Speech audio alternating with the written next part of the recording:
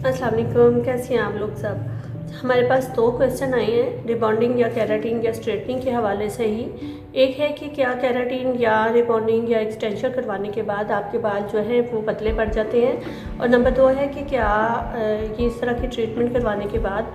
आपके बालों में यानी कि आप में हेयर फॉल स्टार्ट हो जाता है या इसी किस्म का कोई प्रॉब्लम स्टार्ट हो जाता है। तो इन दोनों क्वेश्चन के आंसर के नहीं। सबसे पहले कि हेयर स्ट्रेटनिंग के या रिबॉन्डिंग करवाने या केराटिन रिबॉन्डिंग करवाने के बाद आपके बाल पतला बिल्कुल नहीं होता है, क्योंकि मैंने अक्सर अपने जो क्लाइंट्स हैं उनको भी समझा रही होती हूँ कि जिस तरह आपने कपड़ों को धुले हुए कपड़े आपके पड़े होते हैं तो वो फूले होते हैं, तो जैसे आप प्रेस करते हैं तो वो जो है एक स्लीक में आ जाते हैं, तय उसकी थोड़ी सी जो है घिराव कम हो जाता है, मगर आपका जो सूट है कपड़े हैं वो पतले नहीं पड़ते हैं। सेम ऐसे ही बालों के साथ होता है, जब आपके बाल कर्ली होते हैं, वेवी होते हैं, तो वो फूले लग रहे होते हैं, मगर जब हम उनमें जो है ट्रीटमेंट करते हैं, उनकी बॉन्ड तोड़ के दोबारा से उनमें एक जो है इनको डेड करके बिल्कुल स्ट्रेट करते हैं, उसको प्रेस कर देते हैं, तो वो जस्ट आपका बाल सीधा होता है, पतला नहीं होता। पतला बाल जो है हमेशा जो है लिफ्टिंग में होता है, ब्लीच में होता है, उसमें हम लोग जो है उनके पिगमेंट वगैरह जो निकाल देते हैं, तो उसके बाद उनकी कोटिंग आस्ता आस्ता निकल जाती है, तो उसके बाद जो है बाल पतला होता है। रिबॉन्डिंग वगैरह में बाल पतला नहीं होता। दूसरे नंबर पे कहा गया था कि हमने सुना है कि ये इस तरह की ट्रीटमेंट करवाने के बाद जो है हेयर फॉल स्टार्ट हो जाता है, तो ऐसा भी नहीं है। इस तरह के ट्रीटमेंट करवाने के बाद अगर आपने अच्छे जगह से करवाया है, जिनको पूरी टेक्निक्स का पता है, तो कभी भी हेयर फॉल नहीं होता। हेयर फॉल तभी होता है जब जो आपको करने वाले होते हैं उन्होंने आपके रूट्स के पास या रूट पे आपको केमिकल्स अप्लाई कर दिया, तो देन आपके बाल जल जाते हैं, जो कि आस्ता आस्ता फिर बाद में आप जब कॉम्ब करते हैं, आप ब्रशिंग करते हैं, तो वो आपके बाल जो टूटना शुरू हो जाते हैं। एक्चुअली वो उस वक्त ही प्रोसेस के दौरान ही जल चुका होता है। तो ये अगर आप किसी अच्छी जगह से जाके काम करवाते हैं तो वो पूरे जो है आपको सेफ जोन में रख के आपके बालों को जब करते हैं तो आपका बाल नहीं टूटता। बाल तब ही टूटता है जब उसको सही प्रोसेस उसका ना किया हो, ठीक है।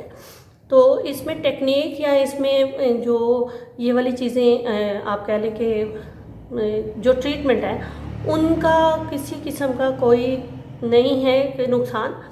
ये करने पे है कि आप कहाँ से करवा रहे हैं। और सेकंड इसमें आ जाता है कि आपने होम यूज़ कैसे रखा है, क्योंकि जब हम ट्रीटमेंट करवाते हैं, ये भी बात मैं अक्सर अपने क्लाइंट को कह रही होती हूँ कि जब आप ट्रीटमेंट करवाते हैं, लाइक अगर आप डॉक्टर के पास भी जाते हैं, वहाँ से भी कोई सर्जरी वगैरह करवाते हैं, तो उसके बाद कुछ अर्से तक आपने कोई मेडिसिन यूज़ करनी होती है। तो इसी तरह जब आपने बालों की रिबॉन्डिंग करवानी है, उनके बॉन्ड्स तोड़ के हमने दोबारा से उनको जब एक न्यू शेप में लेके आना है, देन आपने कुछ अर्से तक उनके होम यूज़ को यूज़ करना है। उसमें शैम्पू, कंडीशनर, मास्क, सीरम्स जो भी आपको जो है आपके हेयर ड्रेसर रेकमेंड करें, तो वो उनको यूज़ करना होता है। वो एक्स्ट्रा नहीं होता है, वो आपके बालों के लिए ही, उनकी जो है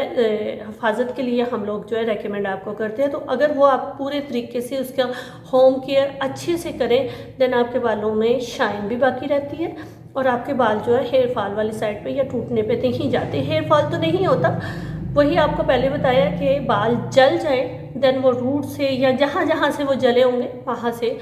जो है आपके टूटना शुरू हो जाएंगे और आपको लगेगा कि हमारे हेयर फॉल स्टार्ट हो गया। उसमें ये है कि जो है आप बाज़ के जो ट्रीटेड बाल होते हैं वो भी बाजिद होती हैं कि हमें जो है वो रिबॉन्डिंग ही करवानी है, तो अगर उसको भी सेफ जोन में रख के रिबॉन्डिंग ना की जाए, या ऐसे बाल जिन पे रिबॉन्डिंग हो ही नहीं सकती वहाँ बाजिद हो के, या आपके कोई ऐसे जगह पे चली जाए जहाँ कि उनको नहीं इन चीज़ों का पता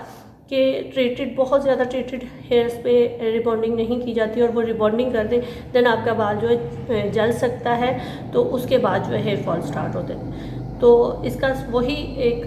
दोबारा से आंसर है कि भाई ये ट्रीटमेंट नहीं गलत, अगर इसका यूज़ गलत किया जाए तो ही आपके हेयर फॉल होता है।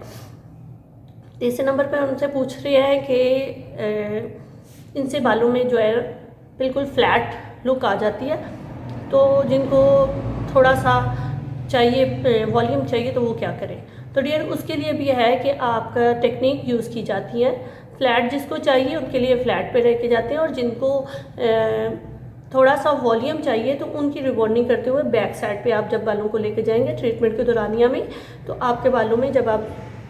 साइड पे रखेंगे तो उसमें वॉल्यूम फील होगा। तो इसके लिए